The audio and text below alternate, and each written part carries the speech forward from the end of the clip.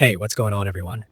Hope you're doing good and ready for another Dead by Daylight talk because this new update just dropped. And man, there's a lot to unpack here. We've got the latest patch, version 9.200 by 200, and it's bringing some interesting changes that are already shaking things up across both killer and survivor sides.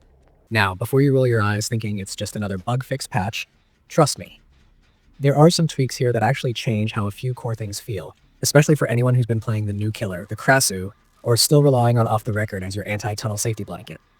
So let's get right into what's going on. First off, the Krasue got some serious tuning, and honestly, this was expected. The community's been pretty divided since she dropped. Some people loved her aggressive playstyle and the pressure she could apply mid-chase, while others felt she was just a bit too oppressive.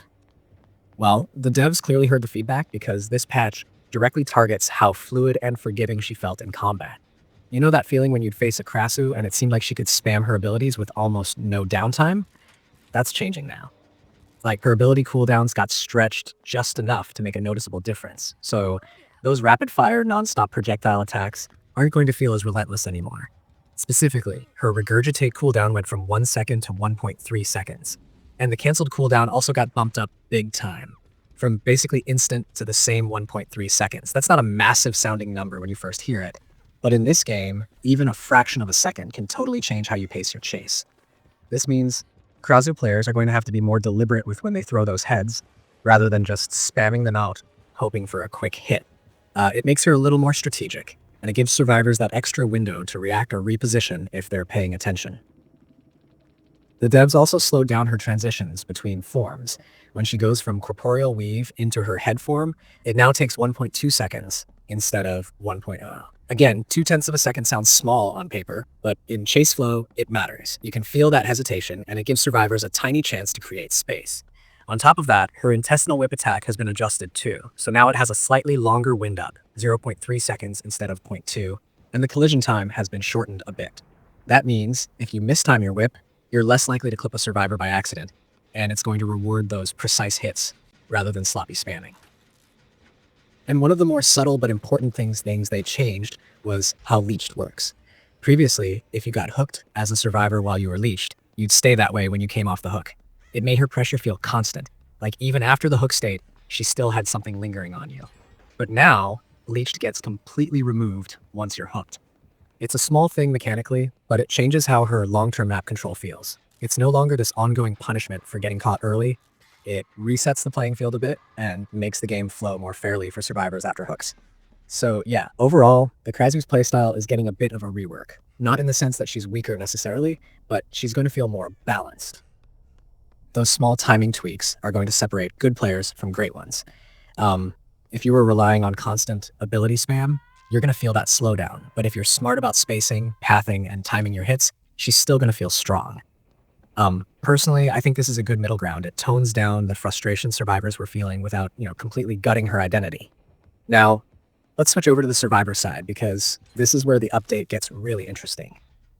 The off-the-record perk got retuned, and it's a pretty big change if you've been running it consistently. This perk has gone through so many different phases. It's almost like a mirror for how the devs think about tunneling and survivor protection. Sometimes it's been crazy strong, sometimes it's been almost useless. Right now with this patch, they've decided to bring endurance back into it, which means you can now tank one hit safely after being unhooked again. That sounds like a straight buff at first, right? Well, not exactly, because while they brought endurance back, they also shortened how long the perk lasts. Before, off the record lasted a pretty generous 60, 70, or 80 seconds depending on the perk tier. Now it's just 30, 35, and 40 seconds. That's literally half the time or even less. So the window where you can benefit from that protection is a lot smaller. And the devs have already said their reasoning for it. They want the perk to help survivors against immediate tunneling right after being unhooked. But they don't want it to be a tool you can exploit later in the match for overly aggressive plays. What that means for players is that you've got to rethink how you use it. Before, you could rely on off the record to give you this really long cushion of safety. Like you could run across the map, do a gen, take a hit, and still have that protection everyone could scope on. Now you have to think in terms of short-term survival. It's about using that endurance window to escape the hook area, break line of sight, and get to safety. If you try to do anything too bold within that short time frame, like heal someone or repair a generator, you're going to lose that endurance early because conspicuous actions cancel it instantly. And that's actually an important detail a lot of players forget. Endurance isn't just a free hit, it's conditional. If you start doing something that makes you visible to the killer, like repairing or cleansing, it turns off. So off the record is now all about timing and restraint. If you want that safety buffer to last, your best bet is to use those 30 to 40 seconds to move, reposition, and hide. That's your window to break line of sight and recover mentally from the unhook. It's not a fight back perk anymore. It's a get away and live to fight later perk. The interesting part is how this changes the survivor meta overall. Off the record has been a cornerstone of anti-tunnel builds for a while, often combined with things like decisive strike or borrowed time for full protection. Now that its duration's shorter, players might start experimenting with other combos, maybe pairing it with perks that boost speed or stealth rather than pure protection. I think we're going to see more people leaning into movement perks like sprint burst or balanced landing to make that 40-second window actually count. And you know what? I kind of like that direction because Dead by Daylight has always been a game of decision-making under pressure. When perks become too automatic, it takes away some of that tension. Now with this update, both sides, the killer and the survivor, are being pushed toward making more deliberate choices. Killers like Krasue can't just spam their abilities and hope for easy hits. And survivors can't just coast on a long invulnerability window. It's a more tactical balance where timing, reading your opponent, and making smart calls are rewarded. Of course, beyond those big gameplay tweaks, the patch also includes a big wave of bug fixes. A bunch of small but meaningful quality of life updates. Stuff like animation fixes, camera issues, and collision bugs. There were some lingering problems with the nurse's chain blink that got patched, Krasue's camera alignment when hitting survivors got adjusted, and a few map-related issues got cleaned up too. These aren't headline grabbers, but if you've been playing regularly, you'll definitely feel the difference in how smoother things look and play. It's nice when the game just feels right. You know? Fewer janky interactions, fewer weird hitboxes, fewer moments where you go, wait, how did that happen? What's cool is that these kinds of updates, where they tweak both big picture balance and small technical stuff, tend to refresh the whole feel of the game without needing to add massive new content. It's almost like a reset button for the current meta. And if you're someone who plays both sides, this patch is going to make you rethink how you approach matches. As a killer, you'll need to watch your cooldowns and avoid wasting time overcommitting with the Krasue.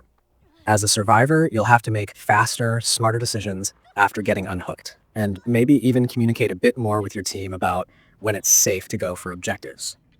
I think this patch also says a lot about where Behavior's head is at right now with Dead by Daylight's balance philosophy.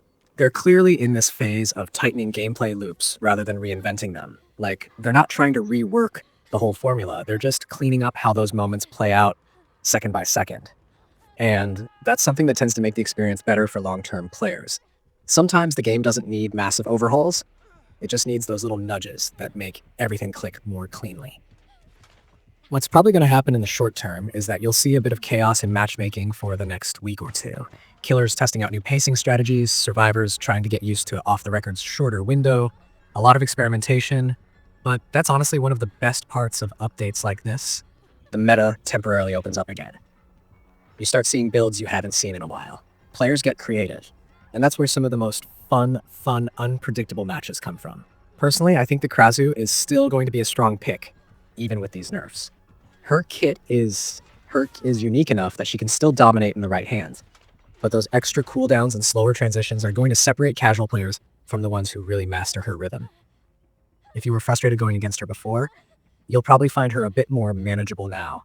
She's not going to feel as overwhelming, but she's still deadly if played with precision. As for off the record, I think this is one of those changes that'll feel rough at first, but over time, players are going to realize it actually balances the flow of matches. It brings back that sense of danger after a certain point. It used to be that you'd unhook someone, and they'd run off basically untouchable for almost a full minute. Killers couldn't even think about chasing them without wasting tons of time. Now you've got this shorter, more focused moment of protection, and then the match goes back to normal tempo. It feels healthier overall, more interactive, less one-sided. So yeah, that's where things stand with Dead by Daylight right now after the 9.200.200 update. A leaner, more precise patch that doesn't try to reinvent the wheel, but instead sharpens the one we've got. It fine-tunes the balance between killers and survivors just enough to make the game feel more competitive again.